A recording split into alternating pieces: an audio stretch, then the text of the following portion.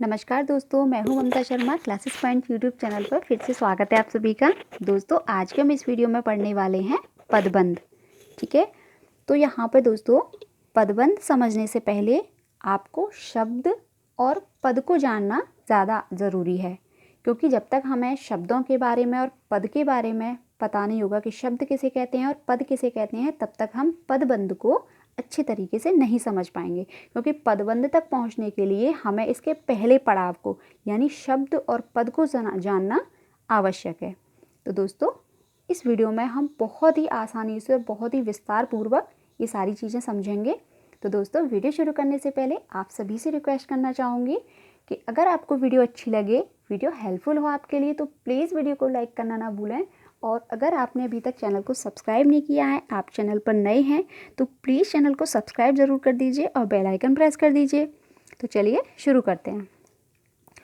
जैसा कि मैंने अभी बताया था, पदबंध को समझने से पहले हमें शब्द और पद को जानना आवश्यक है, क्योंकि जब तक हम शब्द और पद को नहीं जानेंगे तब तक हम पदबंध को नहीं समझ पाएंगे।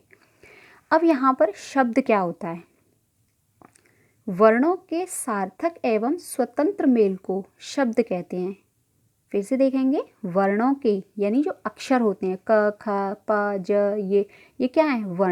वर्ण के सार्थक एवं स्वतंत्र मेल को क्या कहते हैं? शब्द कहते हैं। जैसे पढ़ना, मोहन, हमारा, विद्यालय, गीता, कमल, तालाब, ये सब क्या है? ये सब शब्द हैं। ठीक है, अब यहाँ पर पद को बहुत अच्छे से देखेंगे। जब शब्द व्याकरणिक नियमों में बंधकर वाक्य में प्रयुक्त होता है, ध्यान रखिएगा दोस्तों, जब शब्द व्याकरणिक नियमों में बंधकर वाक्य में प्रयुक्त होता है तब वह पद बन जाता है। देखिए, शब्द क्या था?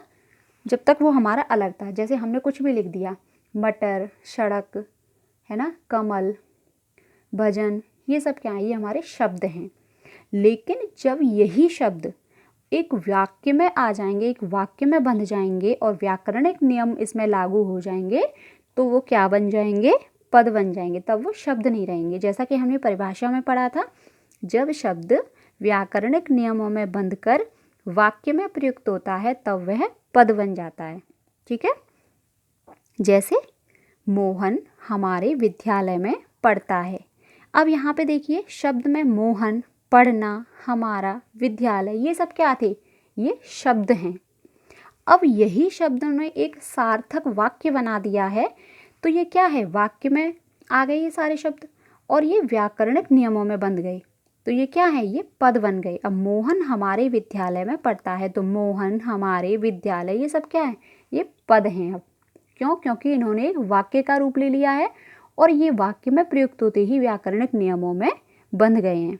ठीक है, तो दोस्तों, उम्मीद करती हूँ आपको अच्छे से समझ में आ रहा होगा। अब हम देखते हैं अपनी पदबंध क्या होते हैं। अब देखिए पदबंध की परिभाषा।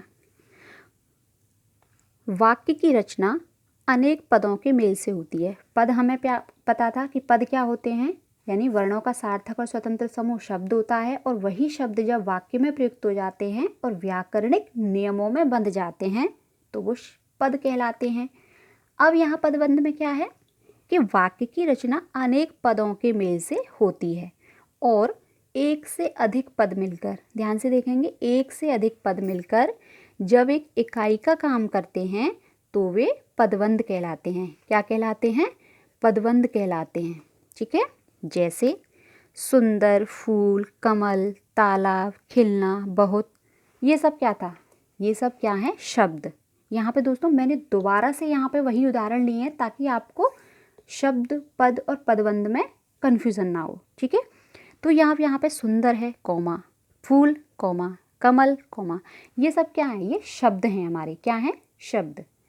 अब यही शब्द जब एक वाक्य बना लेंगे और व्याकरणिक नियमों में बंध जाएंगे, जैसे अब इसमें सुंदर, फूल, कमल, तालाब, इनको अब हम वाक्य में देखेंगे। तालाब में खिला कमल का फूल सुंदर है। अब ये क्या बन गए? ये पद बन गए। यहाँ पर सिर्फ शब्द थे क्योंकि ये स्वतंत्र हैं। अब यही शब्द जब वाक्य का रूप ले लेते हैं, वाक्य में प्रयुक्त हो जाते हैं, तो क्या बन जाते हैं? शब्द बन जाते, पद बन जाते हैं। तो तालाब यहाँ ये क्या है, पद है। कमल पद है, खिला ये भी पद है, फूल ये भी पद है। क्यों है? क्योंकि ये वाक्य में प्रयुक्त हो गए हैं ये शब्द और व्याकरणिक नियमों में बंध गए हैं। ठीक है, तो आपको समझ में आ रहा होगा अच्छे से। अब देखते हैं हम पदबंध का उदाहरण। तालाब में खिला कमल, ये हमने रेखांकित कर दिया यानी अंडरलाइन कर दी इसके नीचे। का फूल बहुत सुंदर है, अब ये पदबंध है क्योंकि ये तालाब में खिला कमल ये एक इकाई का काम कर रहा है।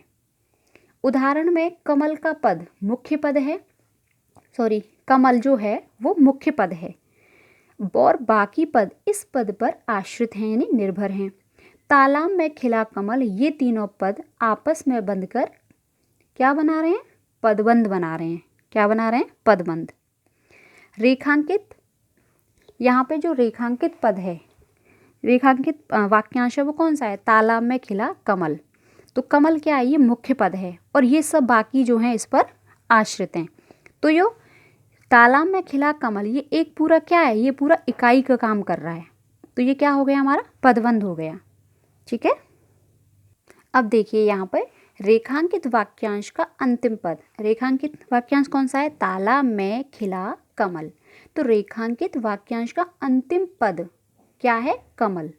क्या है ये, कमल क्या है, कमल संज्ञा है। ठीक है, इसलिए यह संज्ञा पदबंध है क्योंकि जो रेखांकित पद वाक्यांश है हमें उसका अंतिम शब्द देखना है। तो अंतिम पद कौन सा है, कमल है। कमल क्या है, संज्ञा है। तो कौन सा पदबंध है यहाँ पे, संज्ञा पदबंध। मुख्य पद के आधार पर ही पदबंध का निर्धारण किया जाता है।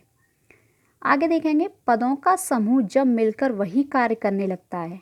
क्या है यहाँ पे, पदों का समूह जब मिलकर वही कार्य करने लगता है जो एक अकेला पद कर रहा है तो उसे पदबंध कहते हैं। क्या कहते हैं, पदबंध कहते हैं।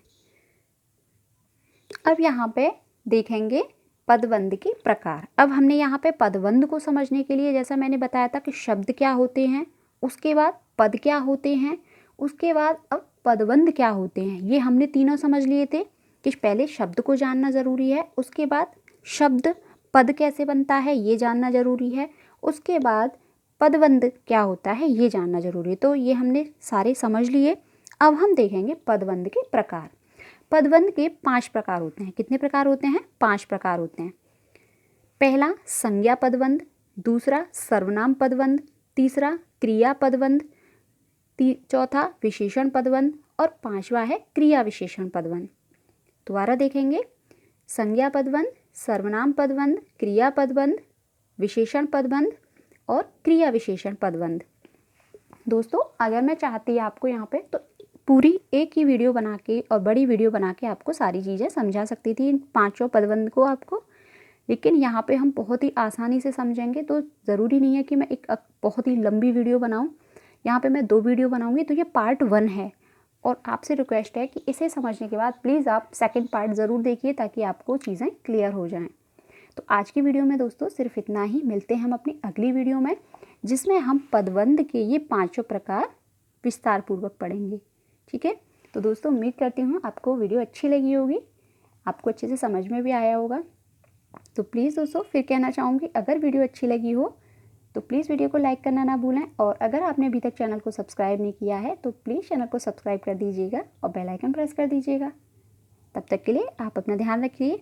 मिलते हैं हम अपनी अगली वीडियो में। Take care, bye bye.